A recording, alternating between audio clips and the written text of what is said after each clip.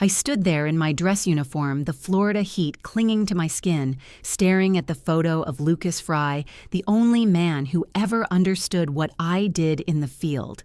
His memorial should have been quiet, respectful. Instead, my father stepped up to the microphone, cleared his throat like he was giving a speech at a family barbecue, and stabbed a knife straight through my chest. My daughter is just support staff. She does not fight. She does not lead. She just sits behind screens. She should not even be in uniform today. His voice echoed across the church hall, packed with veterans, active duty soldiers, and Lucas's grieving family. A few people turned their heads toward me. Some looked confused. Others smirked. A man behind me muttered loudly enough for half the row to hear. "She looks too polished to have ever been in combat." Another scoffed. "She is a decoration soldier." I felt my face burn, as if every word peeled off another layer of skin. My hands tightened around the beret I was holding. I told myself not to react. Not here. Not at Lucas's memorial. But then my father kept going. His tone sharpened, almost proud of himself. If Lucas were still alive, Avery should thank him. He carried her team. She has never saved anyone. The room fell painfully silent. My ears rang. I tasted metal.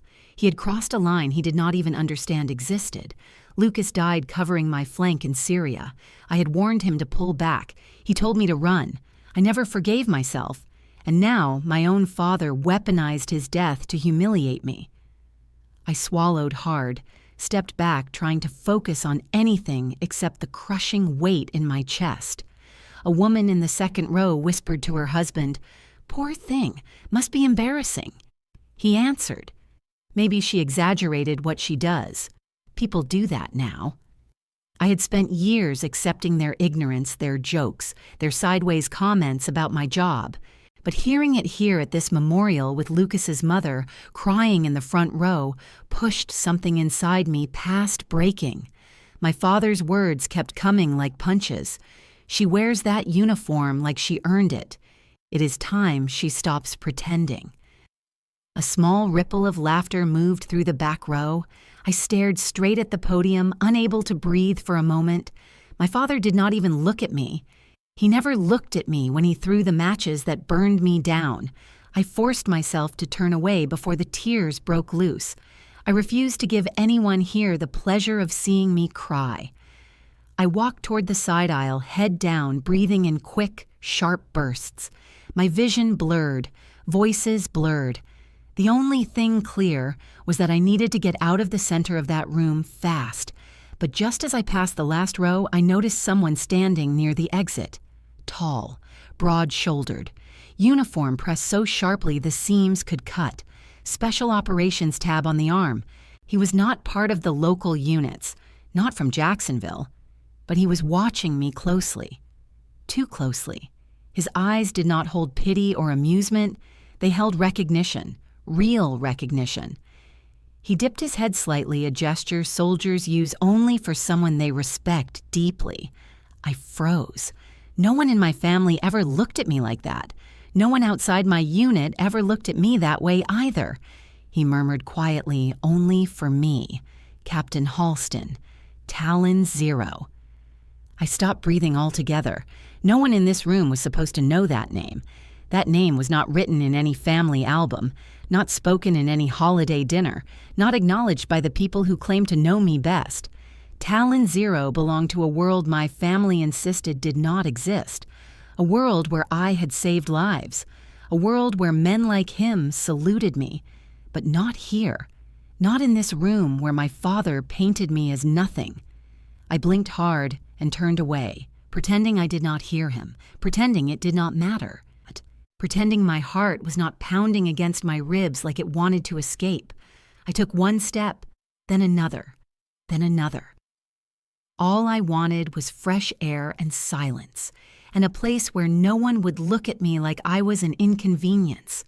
But before I reached the door, a cold realization hit me so sharply, I stopped in place. This was not just humiliation. This was the final confirmation of something I had spent years trying to deny.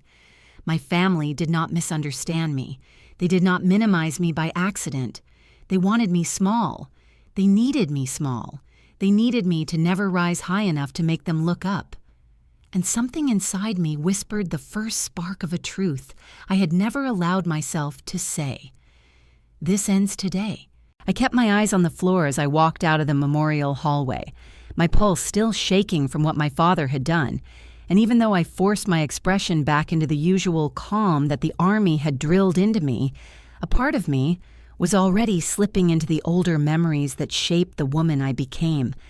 Memories I spent years trying to bury under discipline and silence, because long before I ever wore a uniform, before anyone ever called me Captain Halston or Quiet Compass, or the name no one in my family was worthy of speaking, I was simply Avery, the daughter who never fit the script my parents wrote for the Halston household in Jacksonville, Florida, a place where heat hung heavy in the air and tradition hung even heavier on a girl who was never meant to rise. I grew up in a home where my father, Mark Halston, believed strength came only from sons, where he spoke proudly of the men in our extended family who served in the Marines or the Navy, where every Thanksgiving conversation circled back to who fought the hardest, who deployed the longest, who carried the family honor. And in that world, my older brother, Reed, was the golden child, the Marine who walked into any room and received applause simply for breathing in uniform while I learned to flatten myself into the corners of the house, absorbing every jab about what I supposedly was not. When I was 14, I still remember standing in the kitchen holding a school pamphlet about the junior ROTC program. My hands sweaty with excitement, because at that time I still believed I could earn my father's respect if I worked twice as hard. But he barely glanced at the paper before saying the words that carved the first deep mark in me, the seed of injustice that grew slow and relentless over the years, telling me that I was born for office work, not real service, that I should stop pretending I wanted a life that would break me. And even though I felt something crumble inside me, I told him quietly that maybe he did not know me at all, and his laugh in response told me everything about how he viewed his daughter. From then on, every step I took toward the military felt like walking uphill through his disapproval. And still I kept walking, because something in me refused to be boxed into the small life he scripted. And by the time I reached high school, I had fallen in love with intelligence work, with the idea of reading patterns in chaos, of finding the invisible lines that others missed. And the more I studied, the more I realized that the battlefield was as much information as force, something my family never bothered to understand. When senior year came, the ROTC scholarship applications opened and I filled mine carefully, triple-checking every line, dreaming of the day I could step onto a training field wearing a uniform I earned. But weeks later, I received no responses and assumed I had been rejected until my favorite teacher, Mrs. Doyle, asked why I never followed up on the scholarship meeting she arranged. And that was when she showed me the printed email from the program confirming they had messaged me twice with instructions. I never saw those emails, not because of an accident, but because someone in my family had logged into my school inbox at home and deleted them. And rage shook me so hard I could not speak, because there was only one reason to do that to stop me before I ever had a chance to start. Mrs. Doyle helped me reapply herself using her personal email, and when I received the acceptance letter months later, I held the envelope tightly to my chest before walking into the living room to show my parents, expecting at least surprise. But instead, my mother forced a tight smile. My father muttered that it must have been a clerical error, and Reed smirked as if the universe had played a joke by letting me in. That was when I realized not everyone gets enemy fire from strangers. Some get it from the people who tuck them in at night.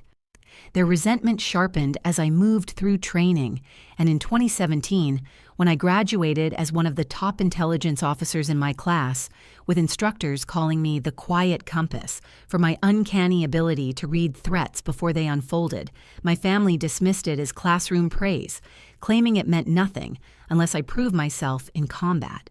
What they did not know, and what I never intended them to know, was that during those same years, I had been recruited quietly into a classified development cell, one that trained me for specialized signal decoding and battlefield mapping, a program so selective that only a handful of officers ever touched it.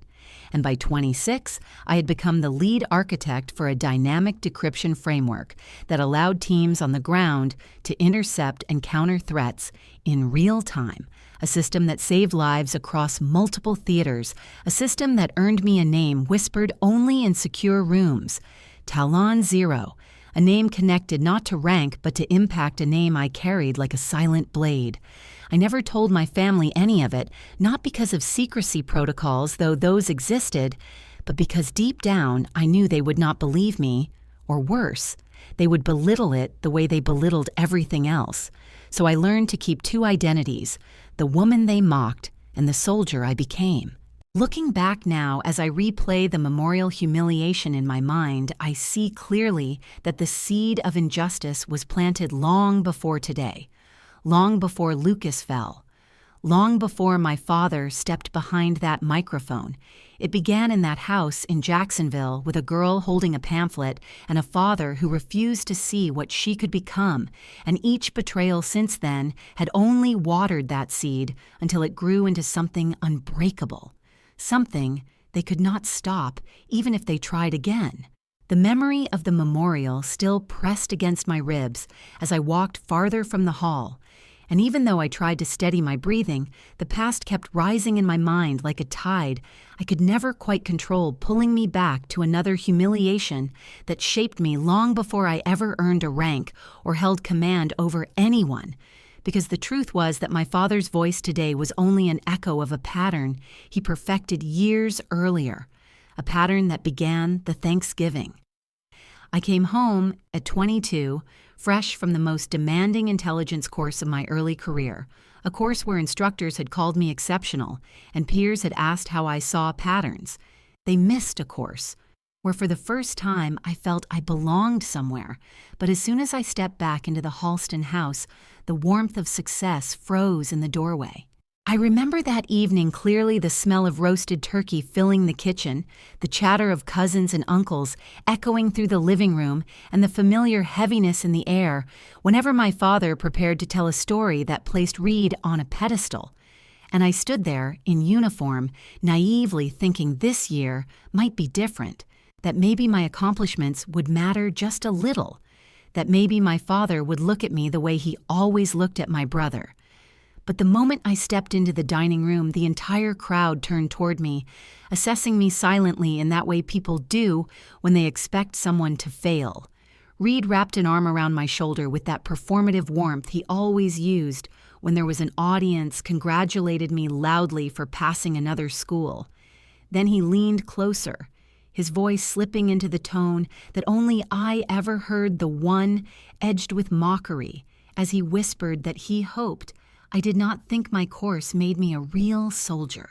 Before I could respond, my father lifted his glass to call for attention, the room falling quiet as if expecting another tribute to Reed, and for a split second, I thought maybe he would offer even a small acknowledgement, but instead, he gestured in my direction, with that dismissive wave he used when referring to something unimpressive, telling everyone that Avery was doing fine in the Army, but that she was not really a soldier, that she worked in maps and paperwork, that she was something like a clerk, nothing dangerous, nothing noteworthy. And the room responded with polite nods that cut deeper than outright insults. Someone near the end of the table asked if I ever saw action, and before I could answer, my father chuckled and said he hoped not because he doubted I would handle it, and laughter broke out like a ripple, soft and cruel, and I stood there with a smile that felt glued to my face as heat crept up my neck. Then Reed stepped forward, patting my back so hard it jolted me, telling the room jokingly that maybe one day the Army would need someone to draw them a treasure map, and people laughed again while pretending to be kind, but it was the kind of laughter that left bruises you could not see. In the corner, I caught an aunt whispering to her husband, wondering aloud how someone like me even got accepted into the military, saying I looked too quiet, too fragile, too soft to last. and my mother stood beside the counter pretending not to hear. Pretending none of this bothered her. I held my composure through dinner because the Army had taught me how to keep steady under pressure. But later that night, alone in my childhood room, I sat on the edge of my bed, with shaking hands, feeling something inside me crack a little more, and I told myself that the next achievement would finally make them see me differently, that one day they would understand. What I did not know then was that they were already working against me in ways I had yet to uncover. Months after that Thanksgiving, I was scheduled to attend a ceremony for top performers in my field, an event that mattered not for recognition, but for the evaluations tied to it. And days before the event, I waited for formal details that never arrived, assuming maybe I had missed the cutoff. But when my supervisor asked why I had not shown up and why I had not responded to the official instruction email, confusion crashed over me. We sat together checking my inbox, finding nothing. Not a single notification, not a single reminder, and at first I wondered if the system had failed, if the message was lost somewhere in cyberspace, until I remembered something sharp and cold, a memory of being home a week before the event, using the family computer to check travel schedules, and leaving my account open because my mother was calling me to help carry groceries.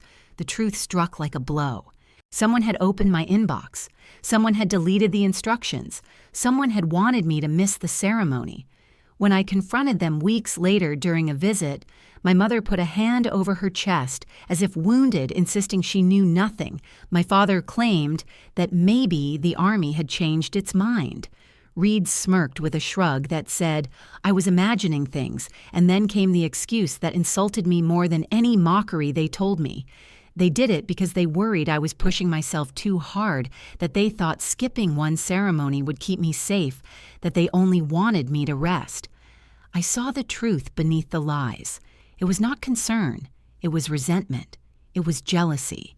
It was the fear that if I rose too high, I would expose the emptiness of everything they had built around Reed. Missing the ceremony nearly cost me a key mark on my evaluation, nearly put me under review, and I fixed it only because my commanding officer trusted my record, but the damage at home was irreversible.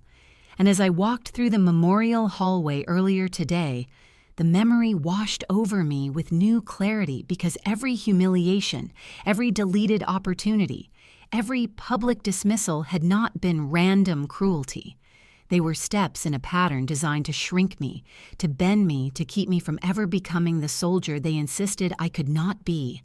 And yet even they had no idea just how far from their expectations I had risen, or how deeply their attempts to break me had fueled the fire that now burned steady in my chest. Leaving the memory of that ruined Thanksgiving behind did nothing to ease the tightness in my chest, because as I walked through the quiet hallway outside the memorial service, the grief in the air mixing with the sting of my father's words, I could feel the weight of every year that followed my early training, all the moments when I thought the worst was behind me, only to learn that the cycle of disrespect in my family had a way of mutating, tightening, resurfacing, whenever I dared to rise even a little. And the clearest example of that came in 2021, when I found myself deployed near Baghdad, working night after night inside a makeshift intel station, monitoring disrupted transmissions and fragmented frequencies. And one evening, when fatigue blurred the edges of everything around me, I detected a pattern buried beneath static, a faint signal that did not belong a pattern. No one else had noticed, and the moment I recognized it as an ambush setup, I radioed the nearest unit. Nearest. Pushing through interference until they heard me clearly, and because of that warning, they rerouted in time, saving 18 soldiers from walking directly into an explosive kill zone.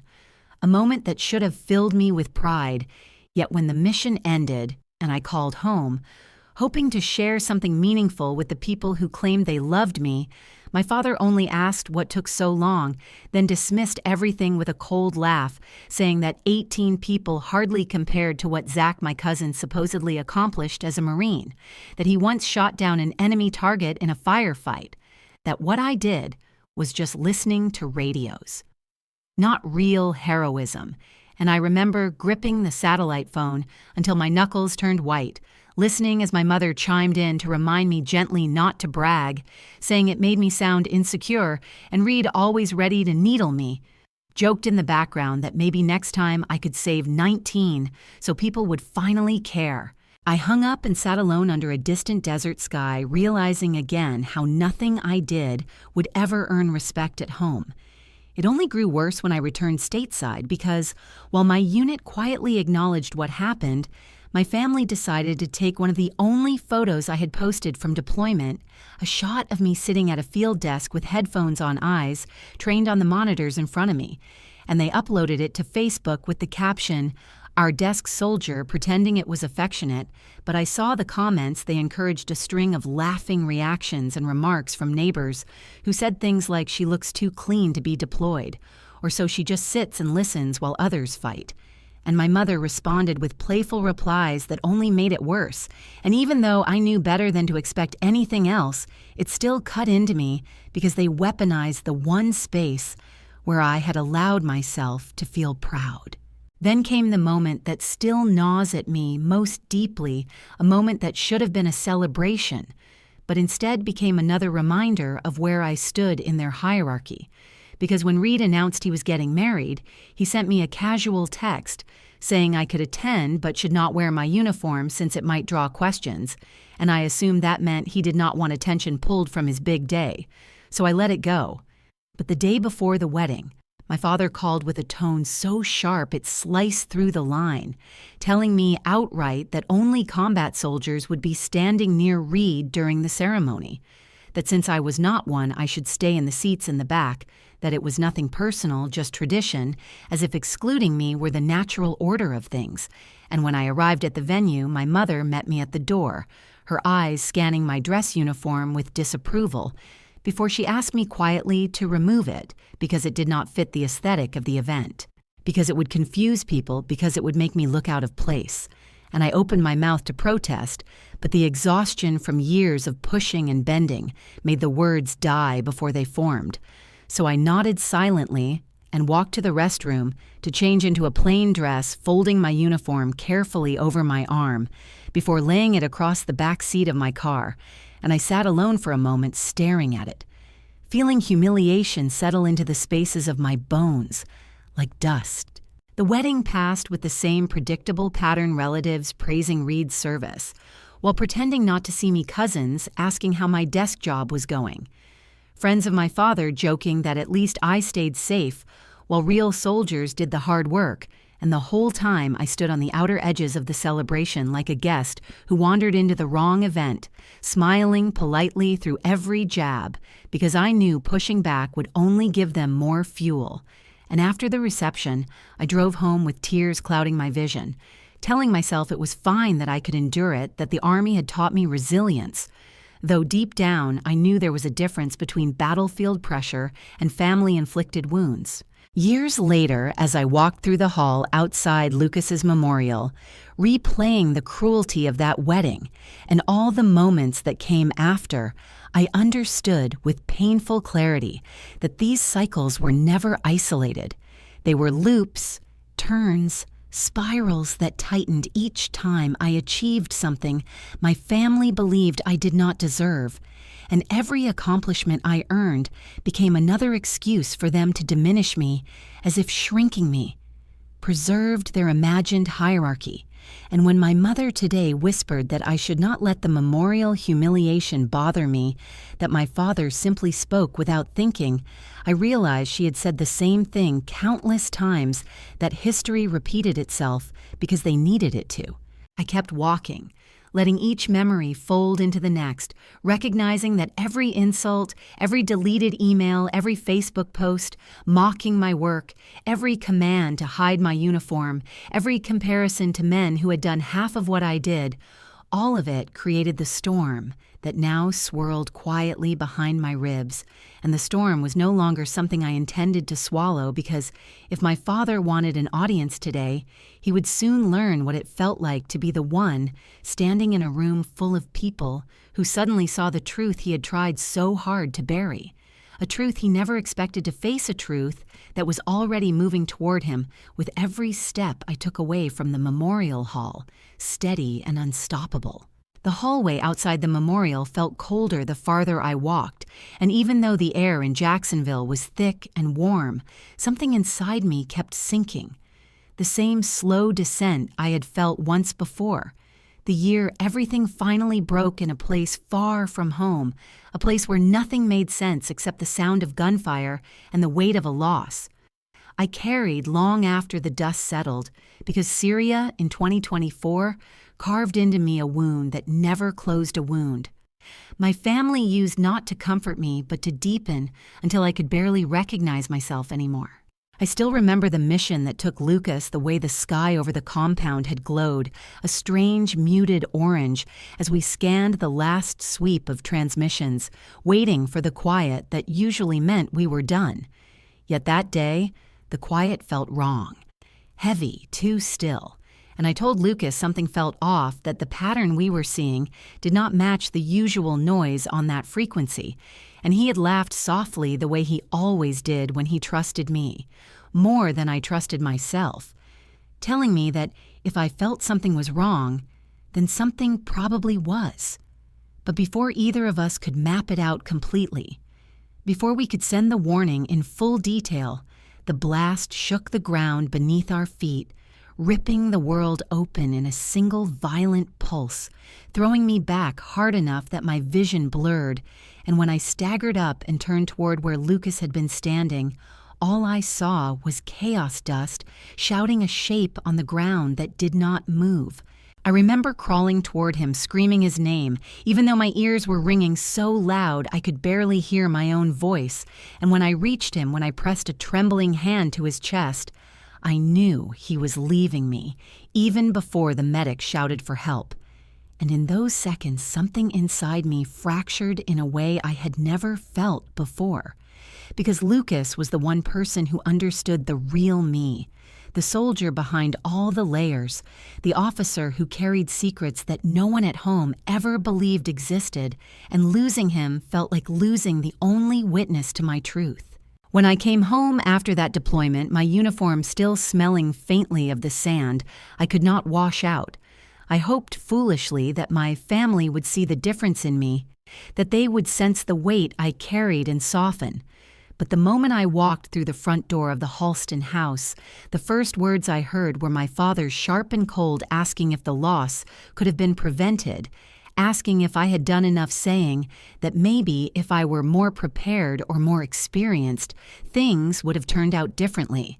And my mother nodded with a sorrowful expression that somehow blamed me without saying the words out loud, repeating that sometimes God does what we cannot undo, which only made the guilt press harder on my chest. I told myself they were grieving in their own way, that maybe they did not understand military loss, that maybe they were speaking out of fear, but over the following weeks their comments grew sharper, suggesting that Lucas died because I misread something, that I should have spoken faster, that I should have seen the danger sooner. And even though I knew logically that I had done everything right, that I had acted faster than anyone else could have, their doubts seeped into the cracks already created by the trauma. And soon I found myself believing them replaying every moment of that day until my nights blurred into sleepless stretches and my days felt like moving through thick fog. I carried the guilt like a second skin, wearing it, even when I returned to duty, and each time I called home hoping for some kind of comfort, all I got was distance or correction or quiet disappointment until I stopped calling altogether. What truly broke me came months later during a family gathering I forced myself to attend because my mother insisted it would be good for me, saying being around relatives would lift my spirits. But when I arrived dressed in my service uniform because I had driven straight from a required event, my father's face twisted with irritation, and he asked in front of the living room full of aunts, uncles, and cousins why I insisted on wearing that outfit everywhere, why I pretended it meant something special, why I acted like I had achieved more than the rest of them. Before I could defend myself, he walked over to the mantel where my medals were displayed. Medals I had sent home for safekeeping during previous deployments, medals that represented years of precision and discipline and survival, and without hesitation he gathered them into his hands, the metal clinking sharply together like a cruel joke. Then he walked to the kitchen. Trashbin lifted the lid and let them fall one by one into the garbage as the room watched silently. He said casually that these were things anyone could earn if they stayed long enough, that they were handed out for breathing and showing up, that I should stop pretending they meant anything real. And I remember standing there, unable to move, unable to breathe, unable to process how someone who called himself my father could treat the symbols of my service like disposable scraps. My mother whispered that he did not mean it, that he was just tired, that he was stressed. But the truth was clear. He believed every word, and I felt something inside me collapse, a quiet death of the last fragile hope I had kept alive. The hope that maybe one day he would see me, understand me, respect me. Instead, I felt myself sink into a dark place where no amount of training or discipline could pull me out, a place where I questioned not only my worth, but my identity, wondering if perhaps my family had been right all along, wondering if I had built a life on illusions only I could see. And that moment became the one memory I never spoke of to anyone, not even to Lucas's team. Because some wounds do not bleed outward, they hollow you from within, leaving you alive, but no longer whole. The morning of the memorial started with my father staring at my uniform like it was an offense. I had barely stepped into the kitchen, the Florida light slipping across the linoleum when he put his coffee down and told me I was not going to stand anywhere near the front during the service. He said it flat as if it were already decided. This day is for real. Soldiers for men like Lucas, who went outside the wire, not for someone who pushes buttons in the dark. My mother hovered near the stove, dressed in black, her hand circling a spoon in an empty pan. She did not look at me when she added that it would be better if I stayed in the back rows, so people would not misunderstand that there was no need for me to appear like a real soldier. My father cut over her, repeating that word real like a stamp. He said he did not want to be embarrassed if people saw me near the honor guard and thought I belonged there. The words hit the same places they always had, the ones worn raw by years of comparison and quiet contempt. By the night, my medals hit the trash by the calls where he questioned whether I had done enough when Lucas died, and for a second instinct told me to do what I had always done, to step aside and keep the peace, to shrink, so the room could breathe easier. My throat tightened. My shoulders started to fold, and I could already hear the old phrases lining up in my mouth. It is fine. It does not matter. I will sit in the back. But that morning, another voice rose underneath, quieter and harder, reminding me that every time I moved aside at his request, I helped him rewrite my life into something small and harmless. He stepped closer, lowering his voice like he was confiding in me, saying he had talked to some of the relatives, that they agreed it would look strange if I stood too close to the flag, that people might ask what I actually did, that I would not want to feel awkward explaining a support job in a room full of combat veterans. My mother finally glanced up and said it was for my own good that they were trying to spare me from questions I could not answer, and the word protection slid between us like a lie we had all agreed to pretend was true, a cover for control. I lifted my eyes from the floor and met my father. Stare, really met it this time. And before fear could talk me out of it, before habit could pull me back down, I heard myself answer with a single word, no. It came out calm, almost soft, but it landed in that bright kitchen with more weight than any long speech I could have given my mother. Hand froze on the spoon. My father blinked once as if he had misheard, then his brows pulled together and he asked me what I had said. His tone already sharpening, I repeated it. I told him no. I would not hide in the back. No. I would not pretend I was not a soldier. No. I would not carry his shame about work. He refused to understand. his face flushed, his jaw tightening as he accused me of trying to make the day about myself. He said I was disrespecting Lucas' memory, that I was forgetting my place, that my job was nothing compared to the men who carried rifles, that I was lucky the Army even let me wear the same uniform. My mother grabbed my wrist and begged me quietly not to do this today, to let it go, to keep the peace for once, reminding me that he was grieving, that he did not mean it the way it sounded, but I had seen too many years of that excuse to believe it now he meant it. He always had. I eased my hand out of hers and told them both that I was done apologizing for how I served, that they did not have to approve, but they were not going to erase it. My voice shook once and then steadied.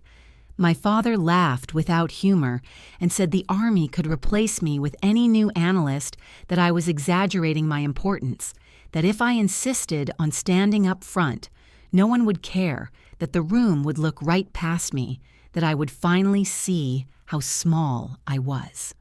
I did not argue point by point, because nothing I said would move him.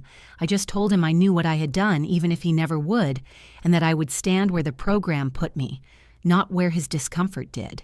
He stared at me for a long beat, searching for the daughter who always folded, and when he did not find her, he muttered that I would regret this, and walked out heavy steps, fading down the hall, leaving my mother watching me like I had just broken something delicate and necessary. She whispered that life was easier when you let men like him think they were right, that she had survived that way, and there was sadness in her voice that went deeper than this morning. Deeper than the memorial sadness that smelled like decades of swallowed words. I told her quietly that I loved her, but I could not live inside that silence any more, that I could not keep standing behind men who only saw their own reflection. What neither of them knew, what they had never bothered to ask, was that outside this small kitchen in the sealed rooms and narrow corridors of the world I actually lived in, my work sat in a different category while they joked about a desk soldier I had spent years building and refining, a signal intelligence framework we called Talon Grid, a net of algorithms and logic that listened to the invisible noise over hostile ground, pulling out patterns from static and turning them into routes to take and routes to avoid. More than once, a patrol changed direction because of an alert from that system and rolled back through their gate, alive, their radios crackling with relief instead of casualty reports. And in those circles, my name was not the one my father used. When he was angry, it was a call sign. Talon 0, the first point in the grid, the reference the rest of it aligned to.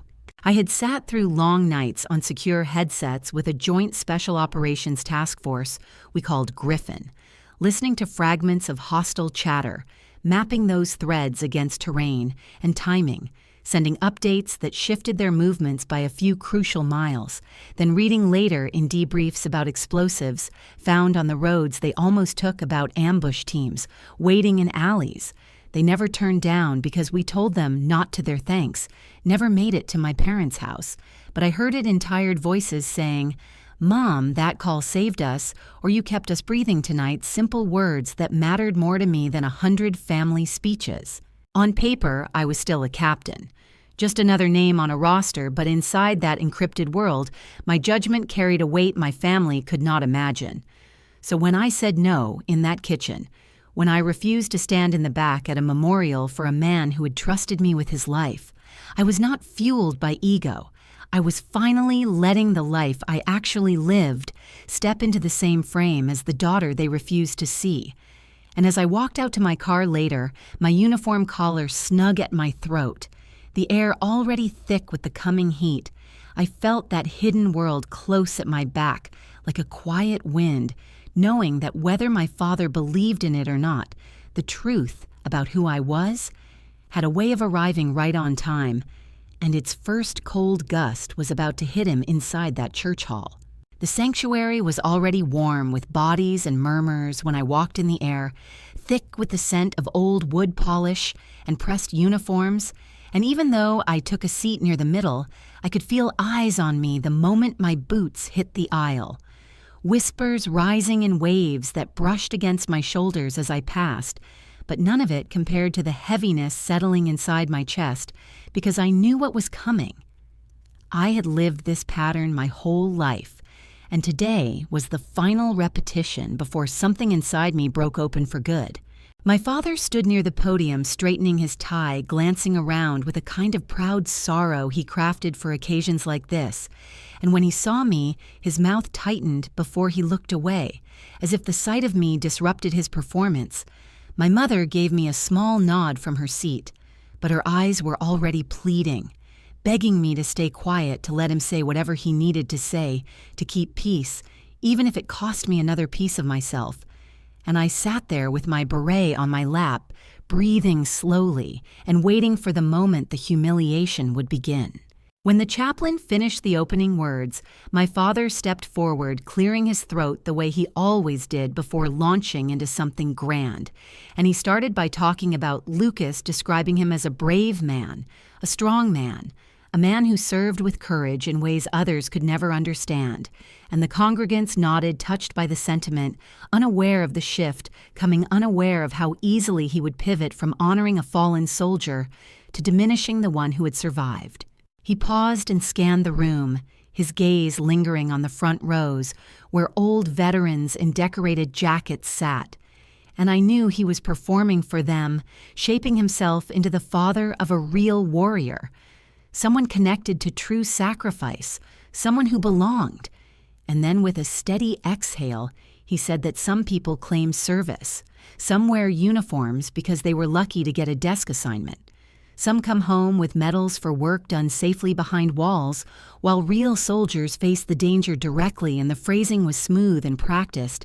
But every person in that room could hear the direction. His words were pointing, and my shoulders stiffened as heads began to turn toward me. He pressed on, explaining that Lucas had protected people who could not protect themselves, that he had fought outside the wire, that he had sacrificed his life.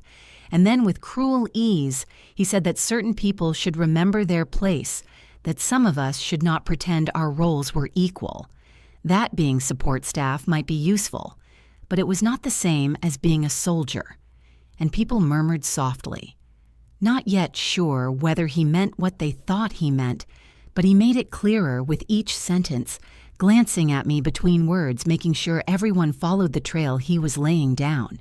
He went further still, turning fully toward the audience, saying that if Lucas were alive, he would never have expected praise for someone who monitored screens, that courage meant stepping into the line of fire, not sitting far away, pressing keys, and someone near the front shifted uncomfortably as they realized what he was doing.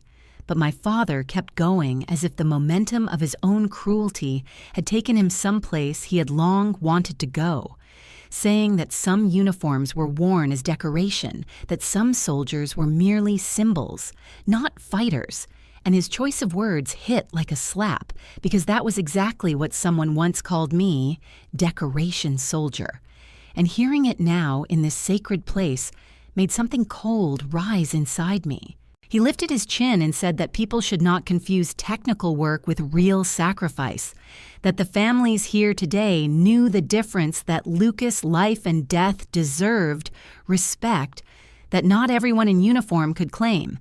And then he gestured subtly toward my row, his voice dropping just enough to sound honest, saying that his own daughter had never seen the front lines, that she should not pretend, otherwise that she should not stand where she did not belong.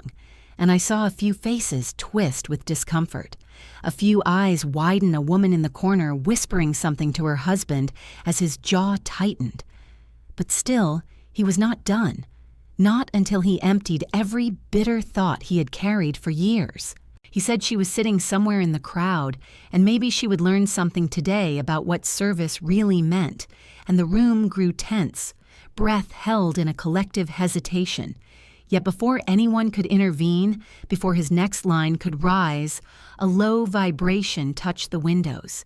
Faint at first, like a distant engine gaining force, and a few people turned their heads toward the entrance as the sound grew deeper. My father heard it too, but ignored it, lifting his voice to continue, saying that Lucas had carried more weight in one deployment than some would in their entire career. And that was the moment everything shifted, because through the narrow glass panels beside the main doors, shadows rolled past, large, dark shapes moving in a precise formation, and then headlights flashed against the wall as a line of black military SUVs pulled into the lot with a speed and synchronization that froze the entire sanctuary. People began whispering their words, trembling under the rising hum of engines, and before the chaplain or the ushers could react, the vehicles stopped at once, their doors unlocking with a series of sharp metallic clicks that echoed like a command, and then almost in unison every door swung open.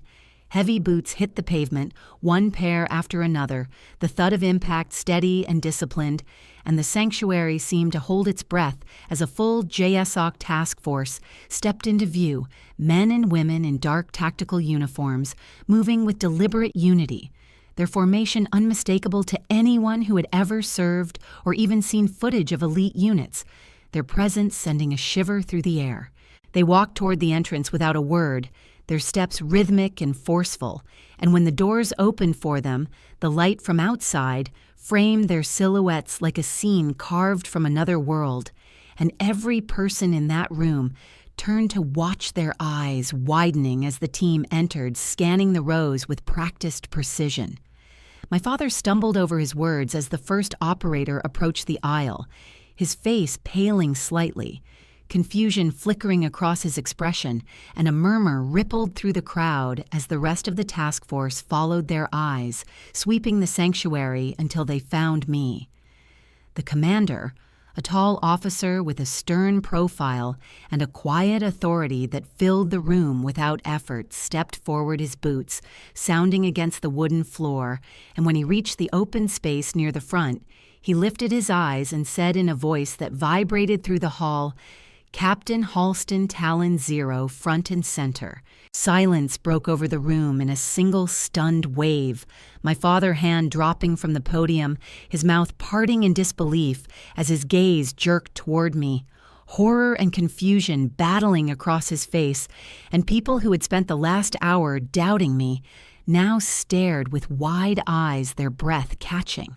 I rose slowly, feeling the weight of every year, every wound, every dismissal, and as I stepped into the aisle, the entire JSOC team straightened their boots, shifting together, their posture sharpening like steel drawn from its sheath. And then as I approached, they saluted in perfect synchronized motion, a soundless recognition that carried more truth than any speech ever could. The commander lowered his salute first and spoke clearly into the microphone my father had just used to diminish me, saying that there was no one in this room who merely supported from behind walls, that I had saved lives across multiple theaters, that every person on his team owed me their survival, and that today they came not to honor Lucas alone, but to honor the officer who had carried them through the shadows. My father's face turned white, his body frozen in place as the realization settled over him like ice. For a long moment after the last word from the JSOC commander drifted through the sanctuary, the room stayed suspended in a strange hush, as if no one quite trusted their own hearing. And then the shift happened in tiny fractures, a cough here, a muttered, "Oh my God," there a scraping of a chair leg as someone turned fully toward me with a stunned look that bordered on apology, and it was in those small movements that I felt the first tremor of fallout rippling through the crowd. Subtle at first, but unmistakably growing, tightening the air around my father, as if the walls themselves were closing in.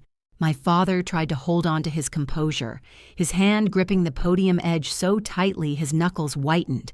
But the weight of the room had already turned on him, not out of cruelty, but out of clarity, because people who had believed his words moments earlier now realized they had been listening to a man who had no idea who his own daughter was, a man who had spoken with arrogance about matters far beyond his understanding, and that realization flickered across their faces one by one like a slow spreading fire.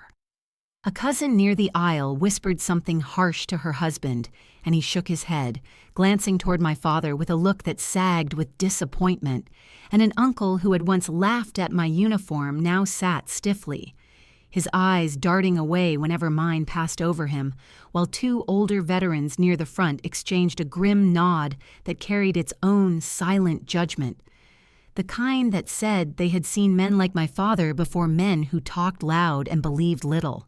The whispers began to build into something more tangible, a low, restless murmur moving through the sanctuary, and soon I heard snippets floating toward me, incredulous fragments like, "He lied and she is Talon Zero," and how could he say those things, and did he really call her decoration, and the words traveled quickly, slipping through rows and bouncing off pews, collecting into a tide that pushed back against my father, pride until he looked smaller beneath the harsh church lights. When the service ended and people filed out into the Florida heat, the murmur turned into conversations. Some hushed others sharp, and I caught sight of relatives pulling out their phones, already texting others, their fingers moving fast as they spread what they had witnessed, not in malice, but in astonishment because no one had expected the daughter he belittled to be someone the elite units respected, someone whose name carried weight far beyond this town. And with each retelling the story of what he had said, what he had done, and what he had been proven wrong about grew louder. Within a day, the local veteran community heard about it, carried by the same network of quietly efficient communication that had connected them for decades, and when they learned that my father had publicly humiliated a decorated intelligence officer, one who had directly supported JSOC operations, their disappointment turned to anger. Not because they knew me personally, but because they understood what it meant to diminish service, what it meant to disrespect sacrifice, what it meant when a man inflated his own stories while trampling on the truth of someone else's service. The American Legion post where my father liked to sit on Friday nights, wearing old pins and retelling embellished tales to anyone who would listen, called him privately, first asking for clarification, asking whether he had known who his daughter really was, whether he had understood the weight of what he had said at that memorial, and my father, cornered and humiliated, tried to brush it off, claiming misunderstanding, claiming he had been emotional, claiming the words had come out wrong, but the explanations sounded weak and brittle, and by the following week the Post informed him he would no longer be welcome at their meetings. When someone asked him directly whether he had exaggerated his own service records over the years, something he had always done carefully enough to avoid outright lies, but boldly enough to impress neighbors, he grew defensive, stumbling over inconsistencies he had never expected to be questioned on, and as those inconsistencies unfolded into a broader pattern, the disappointment in their voices hardened because nothing angers a veteran community more than disrespecting the truth about service, whether it is someone else's truth or one own. I stayed silent through all of this, not because I lacked the urge to respond, but because silence itself can be its own kind of justice, the kind that forces a person to face themselves without the comfort of argument. And yet one quiet action remained for me to take not out of vengeance, but out of a need for truth to settle where it belonged. One morning, sitting at my small kitchen table in Arlington, as the early light reached across the surface in long, soft bands, I made a call to the administrative office of the unit my father served in. Decades earlier, my voice steady, as I asked to verify certain details in his service, record details he had repeated throughout my life, details that had shaped the way he viewed himself and everyone around him. And the officer on the other end of the line pulled up the files, reading through them carefully before telling me that several of the stories my father had told were embellished, stretched thin until they no longer resembled what actually happened. I thanked him and hung up, not feeling satisfaction exactly, but something closer to the settling of dust after a long storm, a quiet clarity that I had not expected to feel. The news spread quickly among the veteran groups back home, not because I told anyone, but because truth has a way of finding its own roots, especially in communities built on shared sacrifice. And soon the men who once nodded along to my father's stories now avoided him, their silence louder than any confrontation, their distance, a statement he could not argue with. In Jacksonville, his reputation shifted from respected to questioned, then from questioned to quietly dismissed.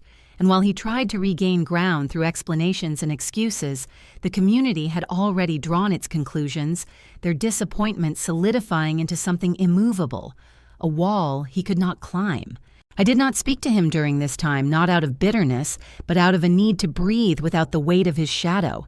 And as the fallout continued to unfold, I realized that sometimes revenge does not come from striking back, but from letting truth walk its own path until it reaches the places you never expected it to touch. I did not expect them to show up at my door, not after the way they had looked at me during the memorial, not after the silence that followed in the days after, when messages I once would have opened instantly stayed unread, because I no longer felt the need to explain who I was to people who had spent years telling me who I was. Not yet. There they were, on a quiet Sunday morning in Arlington, standing outside my apartment building, like a family that had finally run out of places to hide my mother clutching her purse with trembling hands. My father looking 10 years older than he had at the memorial, and Reed standing stiffly as if bracing against a storm no one else could see. And for a moment, I simply watched them through the glass entryway, letting the full weight of what they had become settle in the air between us before I opened the door. My mother spoke first, her voice thin and fragile, telling me they had driven all night from Jacksonville because things had gotten difficult. Her words trailing off, as if she hoped the details would magically fill themselves in without her having to say them aloud, but I stood silently waiting, letting her search for the courage to continue until she finally forced herself to admit that my father had been let go from the security company he worked for, the same company where he had spent years boasting about his leadership, only for the board to quietly suggest early termination, after word of the memorial circulated through every corner of their professional network, leaving him with no position to fall back on and no savings to carry him through. My mother's eyes shimmered as she said her own situation was no better, that her credit cards had reached their limits after months of trying to keep the household afloat, trying to maintain appearances while the walls of their financial life crumbled behind the curtains, and she confessed that she had borrowed money from relatives who no longer answered her calls once they learned the truth about how my father had treated me, their sympathy aligning with the version of events they had witnessed with their own eyes. Reed stood with his arms crossed, jaw clenched so tightly, a muscle pulsed at the hinge, and when I finally asked what had happened to him, he exhaled through his teeth, telling me that his application to re-enlist with the Marine Corps had been denied, that some incident flagged during the review process had disqualified him. And though he would not say it outright, I recognized the bitterness in his voice, the bitterness of someone who realized that reputation can collapse faster than pride can rebuild it. The three of them stood there as if they were waiting for me to hand them a solution, as if all the years of dismissing me had vanished the moment they needed someone to save them. And when my father finally found his voice, it was not the booming certainty he once used to dominate every room, but a low, defeated murmur, as he said that I had become the pride of the family, that I was the only one who could help bring them back to stability, that everything would be better if I just forgave them and stepped in. I felt something inside me harden and soften at the same time, a strange mix of memory and distance, because I remembered the little girl who once would have given anything to hear my father call me a source of pride, the young woman who had once dialed home from Baghdad hoping for a word of validation and receiving only comparisons to someone else, and now here they were asking me to be the foundation they had never allowed me to stand on. I asked them quietly where they had been when I returned from Syria, lost and shaken where they had been when Lucas' funeral tore into the quiet corners of my chest, where they had been when my medals were tossed into a trash bin in front of people who claimed to love me, and my mother swallowed hard as if the questions themselves were a blade pressing gently against skin she had ignored for too long. They said they were sorry that they had not realized that they had been wrong, and perhaps some part of them meant those words, but apologies spoken out of desperation rarely hold the weight of those spoken out of reflection. And as I looked at them, I understood that what they sought was not reconciliation, but rescue. I told them I would not help them unless they confronted the truth they had tried so hard to bury, unless they were willing to face the people they had lied to, humiliated me in front of and misled for years, and when my father asked what that meant, I answered simply that if they wanted forgiveness, it would begin with a public apology, not whispered behind closed doors, not softened by excuses, but spoken publicly in front of the community. They had misled, acknowledging the harm they had done, the lies they had told, and the way they had diminished me to preserve their own comfort. My mother's eyes widened in fear, and Reed took a half step back. But my father responded with indignation, his pride rising like a reflex he could not suppress as he said he would never humiliate himself, in that way that he would not bow to anyone, that he had already lost enough, and his voice cracked at the end, as if the realization of how much he had lost was finally catching up to him. When he refused, something quiet settled inside me, not triumph, but closure. The kind that arrives when you finally understand that some people will drown before they learn how to let go of the weight they cling to. I told them calmly that if he would not speak the truth, I had nothing more to give, no money, no rescue, no emotional bridge to rebuild what they had burned. And my mother began to cry softly, pleading with me, saying they could not survive without help. But I stepped back from the doorway, placing a gentle barrier between us, telling her that I had survived years without their support, and they would now learn what it felt like to stand on their own. My father turned away angrily, walking toward the car with a stiff gait, and Reed followed after a long pause, giving me one last conflicted look before climbing into the passenger seat, while my mother lingered for a moment longer, her hand pressed against her chest as if holding something fragile in place, whispering that she hoped one day I would forgive them. I closed the door slowly, not slamming it, not shutting them out with anger, but sealing the space with a kind of finality that felt earned, and as the silence of my apartment settled around me, I realized that sometimes the boldest revenge comes not from striking back, but from refusing to carry the weight of people who never once carried yours. I could feel the shift long before anyone said it out loud because word travels fast in military towns, and Jacksonville was no exception. And as the days passed after my family visit, the ripple of the memorial moment moved through every circle that had once treated my father like a local hero, turning admiration into quiet avoidance, turning their easy confidence into uneasy glances, when he walked into grocery stores or sat alone at the VA hall, and slowly the truth about what he had said at the memorial became the story that defined him more than any tale he had once polished to shine. While for the first time in my life, I watched my name carry weight, not because of what my family said about me, but because of what the community had seen with their own eyes, the rows of service members saluting me, the quiet authority of Task Force Griffin, speaking on my behalf, and those images were enough to rewrite years of misunderstanding without me ever needing to defend myself. People who once whispered that I was barely a soldier now looked at me with a kind of respectful distance.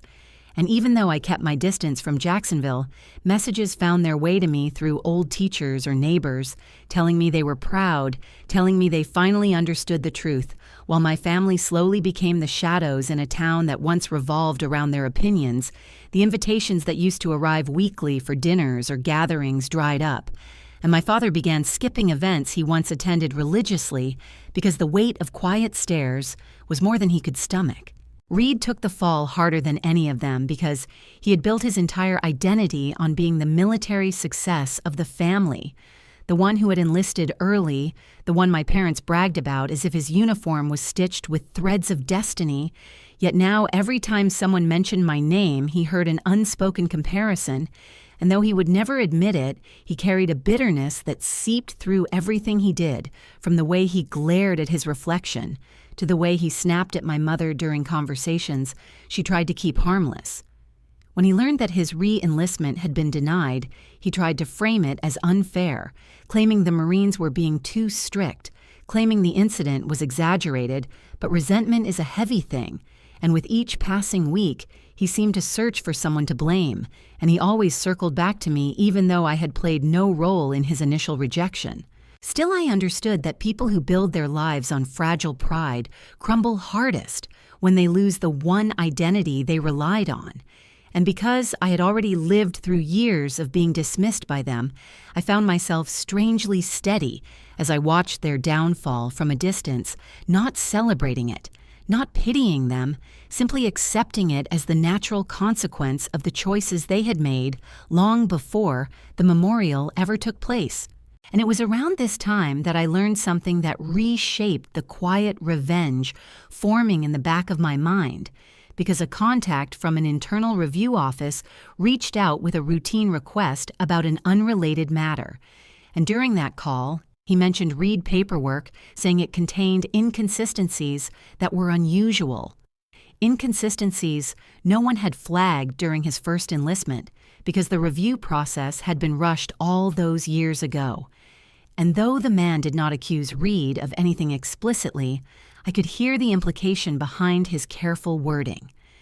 After we spoke, I went through the legal channels available to me, channels I had access to through my work with SIGINT and the broader intel community, and I requested clarification on those inconsistencies, not as a sister seeking revenge, but as an officer verifying information within her rights. And what came back to me was enough to draw a straight line between Reed ambition and the truth he had once buried. The report showed that he had omitted details about an incident involving misconduct during his first deployment, an omission that should have barred him from certain roles. And though it had slipped through the cracks the first time, the updated review standards had flagged it immediately during his attempt to re-enlist. I did not embellish the facts. I did not twist them. I simply ensured the information was forwarded to the appropriate verification office and confirmed that the review board had all necessary data. And once they did, the outcome was swift and absolute, a permanent disqualification from future service recorded quietly but firmly in his file, for any branch to see not an emotional punishment, but an administrative truth, finally catching up to him. When the letter arrived at my parent home, Reed read it in the living room, his hands trembling, his mother watching with wide eyes, and though I was not there, I could imagine the way the words carved through him, because the message he sent me afterward was short, bitter, and filled with the empty kind of anger that comes from realizing the world had stopped bending around him. He accused me of ruining his life, accused me of being jealous of his service, accused me of using my position to wipe away any chance he had left. Yet none of what he said aligned with the reality. He refused to face that truth is a quiet thing, and the only reason it caught him was because he had tried too long to outrun it. And as Jacksonville slowly closed its doors around my family, as neighbors stopped waving, as veterans stopped returning my father calls, as relatives stopped visiting, I felt a kind of release I had never known before, not triumph, but the unmistakable steadiness of knowing I no longer lived under the shadow they tried to cast over me, and that the justice unfolding was not a performance for my satisfaction, but a natural realignment of everything they had once distorted. I arrived in Arlington on a gray morning when the air felt cool against my skin, and the city seemed to breathe in a slower rhythm than the places I had lived before.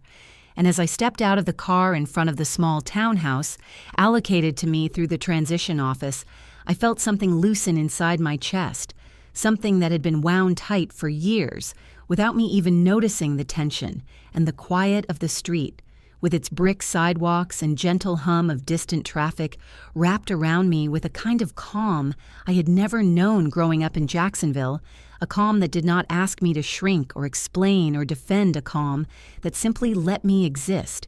I carried my duffel inside, feeling the unfamiliar stillness of a place that had not yet gathered memories.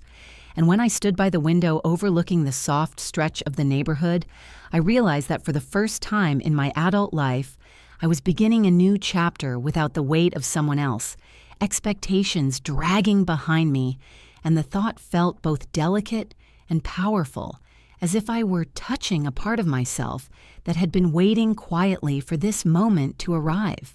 The days that followed moved with a steady pace, meetings at JSOC headquarters just a short drive away, conversations with commanders who looked at me not with doubt or dismissal, but with recognition and trust, and when they extended the official offer for me to serve as a full-time advisor on advanced SIGINT integration, I felt the familiar stir of purpose rise in me, the same purpose I once tried to share with a family who only heard noise when I spoke of my work.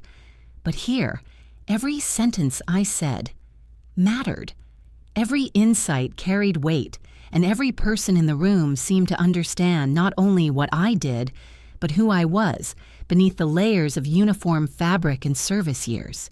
I accepted the position without hesitation, and soon my days filled with planning cycles, intel reviews, system updates, briefings with units preparing for deployment, and though my schedule grew heavier, I found this kind of weight restorative because it came from the life I had earned rather than the expectations I had once struggled under.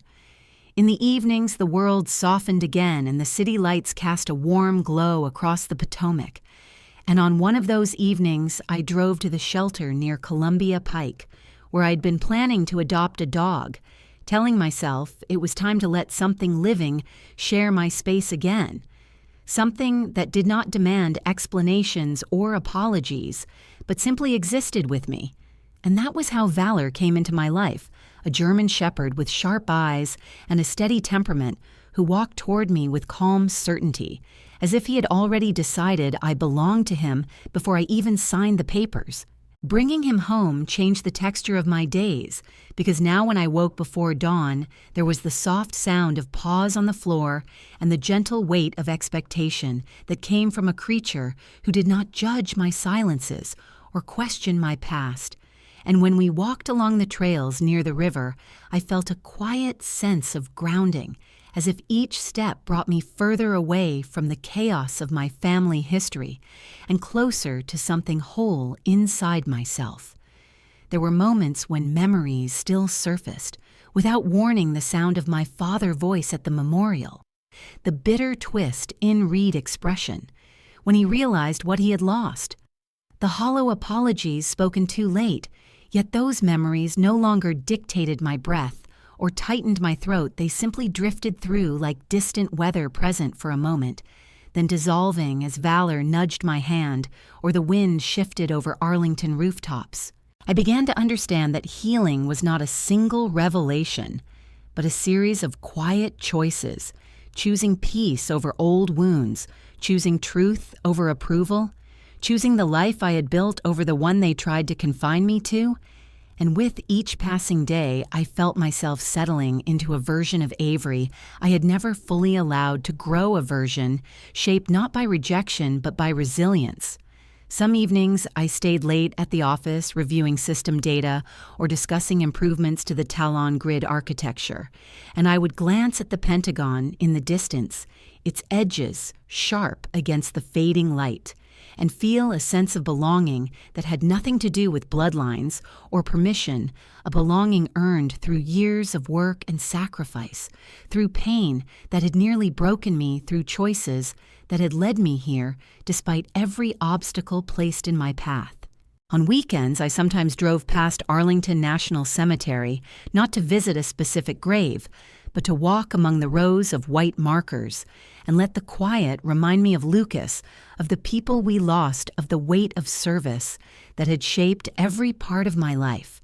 And standing there, I always felt a gentle steadiness, not sorrow but gratitude, because those memories held truth, even when my family had not. I never reached out to them again, not because I wished them harm, but because some distances protect more than they divide. And as the months passed, I heard through distant connections that my parents had moved to a smaller place outside Jacksonville, that Reed struggled to find stable work, that the community still held their distance, and I accepted these truths without bitterness, because they were not mine to fix, and never had been. Instead, I poured my strength into the life unfolding around me, into valor's steady presence, into the trust of the operators who came to me, before missions, into the knowledge that my work continued to save lives, into the quiet understanding that the fire I had walked through had forged something inside me that no one could take away again. One night, as I sat on my small balcony overlooking the soft pulse of the city, Valor resting his head on my knee, I understood something with a clarity that felt almost physical. Understood that the word family had been reshaped in my hands, no longer defined by the people who shared my blood, but by the ones who had stood beside me when everything burned.